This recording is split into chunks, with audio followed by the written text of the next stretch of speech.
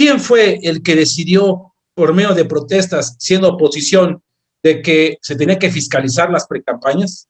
Ese, ese era López Obrador, nuestro presidente actual, que en su momento, como líder de la oposición o como un personaje importante en la oposición, exigía esas cosas. Amigos de Politicart, soy Guillermo Torres Quirós y en esta ocasión, bueno, híjole, los temas están más que incandescentes por el proceso electoral. Obviamente no podemos dejar de tomar en cuenta el caso de Félix Salgado Macedonio, el famoso toro que el Tribunal Electoral le regresa la bolita al INE, el INE vuelve a ratificar la negativa a una candidatura a gobernador, en este caso de Félix Salgado Macedonio, una vez que no se demostró registros fiscales de su precandidatura a gobernador. Sin duda, un tema polémico, una vez que se ha convertido en el eje de atención de este proceso electoral 2020-2021. No es el único, también el candidato de Morena en Michoacán, Raúl Morón, también se le quitó la candidatura por ese motivo. Pero bueno, este tema, que es un tema sin duda jurídico, también se ha convertido en un tema político.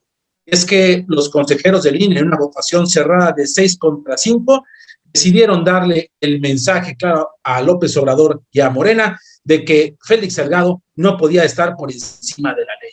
Y bueno, las consecuencias las estamos viendo ya en estos momentos. Vemos un presidente que en sus mañaneras critica no solamente el papel del árbitro electoral, sino también dice que la ciudadanía debería de escoger una consulta pública el derecho a que si Félix Salgado y Raúl Morón deberían de ser candidatos. Félix Salgado se ha convertido, como dije hace rato, en el principal personaje de este proceso electoral y se ha distraído del resto de las elecciones, las otras elecciones en gobernador, los de los diputados federales, los ayuntamientos y también los diputados locales. Y bueno, a todo esto hay una importante reflexión. ¿Quién fue el que decidió, por medio de protestas, siendo oposición, de que se tenía que fiscalizar las precampañas?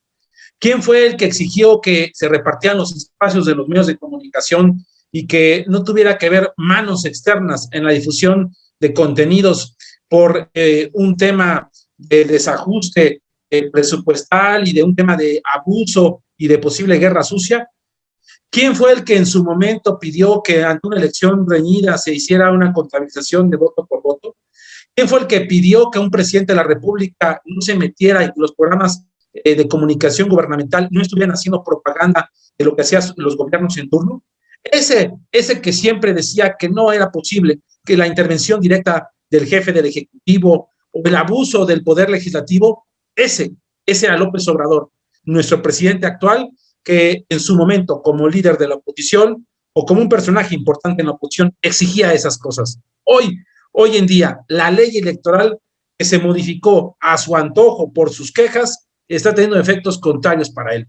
Qué buena reflexión para López Obrador, la utilización de ese poder que hay que decir, ahora le ha dado en una jugada bastante polémica, un albazo, dicen algunos, en el que cayó extrañamente el PRI y también cayó extrañamente el PRD, de aprobar 2 años más a la presidencia del ministro más, digámoslo así, tapete de la cuarta administración, de la cuarta transformación. Me refiero a Arturo Saldívar Lelo de la Rea, al presidente de la Suprema Corte, al que se le va a ampliar de 4 a 6 años su gestión como presidente del máximo órgano del Poder Judicial. Es que la reforma al Poder Judicial, que da más facultades al presidente de esa Suprema Corte, será aprovechado, sin duda, en un primer momento, por Arturo Saldívar. Y también se ha aprobado que otros consejeros nombrados en la cuarta transformación, como Loretta Ortiz o el propio Bernardo Batis, duren más tiempo del que estaban siendo votados originalmente. Esto que señala que pues, el presidente de la Suprema Corte, que ha estado alineado a la cuarta transformación, seguirá haciendo un vínculo importante con el Ejecutivo.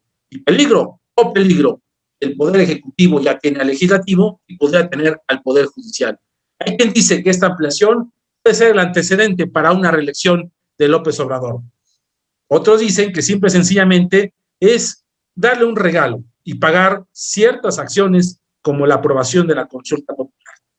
Creo que es un hecho de que Arturo Saldívar Lelo de la Rea es un ministro camaleónico que, por desgracia, en lugar de poner por encima el Estado de Derecho, se ha puesto del lado de un presidente que le gusta constantemente violar la Constitución. Y bueno, el dato político de esta semana es, pues, ante este proceso electoral, ante toda esta dinámica de quién es quién en la toma de decisiones, en la toma de poder, bueno, pues resulta que los dirigentes de los partidos políticos de todos lados han dado de qué hablar con las designaciones de los plurinominales.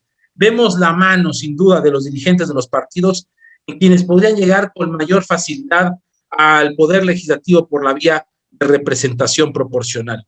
Ahí veremos a varias caras de gente conocida, varios que de alguna manera son cercanos o incluso, en el caso de algunos de ellos, que actualmente están en funciones, como es el caso del famoso Alito, que va en la lista de los diputados plurinominales.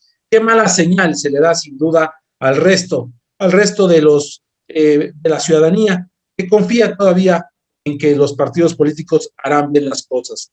Lo que también podemos decir es que las campañas han arrancado y han arrancado bastante desangeladas. Ojalá se recupere el ritmo y vamos a ver qué terminan pasando en algunos estados donde la violencia es el principal protagonista.